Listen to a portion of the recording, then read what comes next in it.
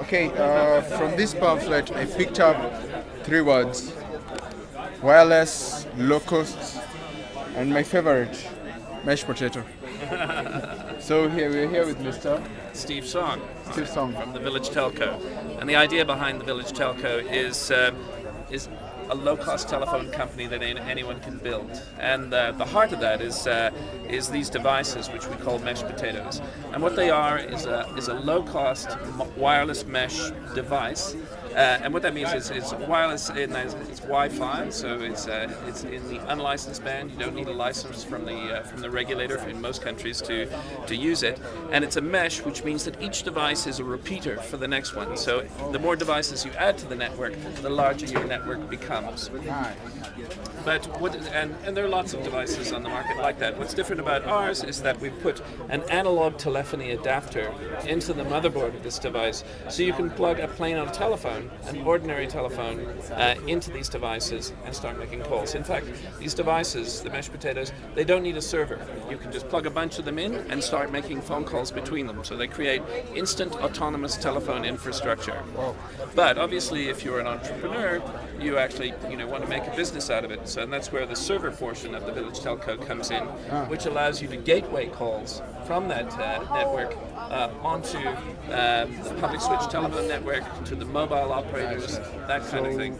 One question: where are you from? I'm from South Africa and from Canada. South Africa and Canada. What is the cost be?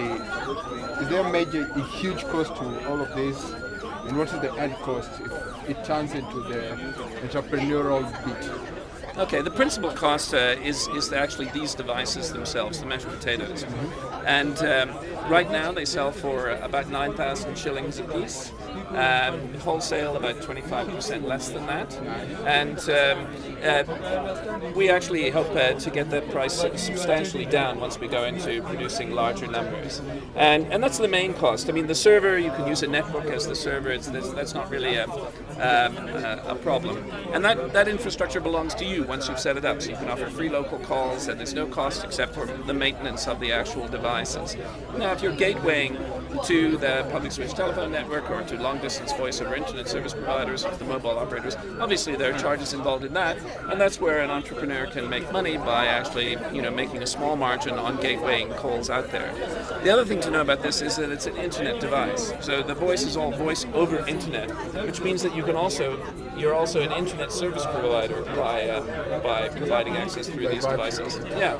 So it does both. But we've tried to focus on voice because we think that in rural areas, if you're not delivering cheap voice first and you deliver internet, it's not a natural progression of access. Mr. Steve, one last question. You came all the way from South Africa. You have some root in Canada. Why the Maker Fair in Kenya, 20,000? Well, partly because these devices represent for us maker culture. We've actually built and created our own supply chain for our own device that doesn't exist anywhere else in the world at the moment to service a particular need here in Africa as opposed to the North American or European market. And the reason I'm here really is to hopefully interest entrepreneurs and other makers who want to build on these devices and build interesting businesses out of them. Cheers. With my 7,000 or 6,750, I can majorly start on this on a whole scale. Okay, thank you. Cheers. All right.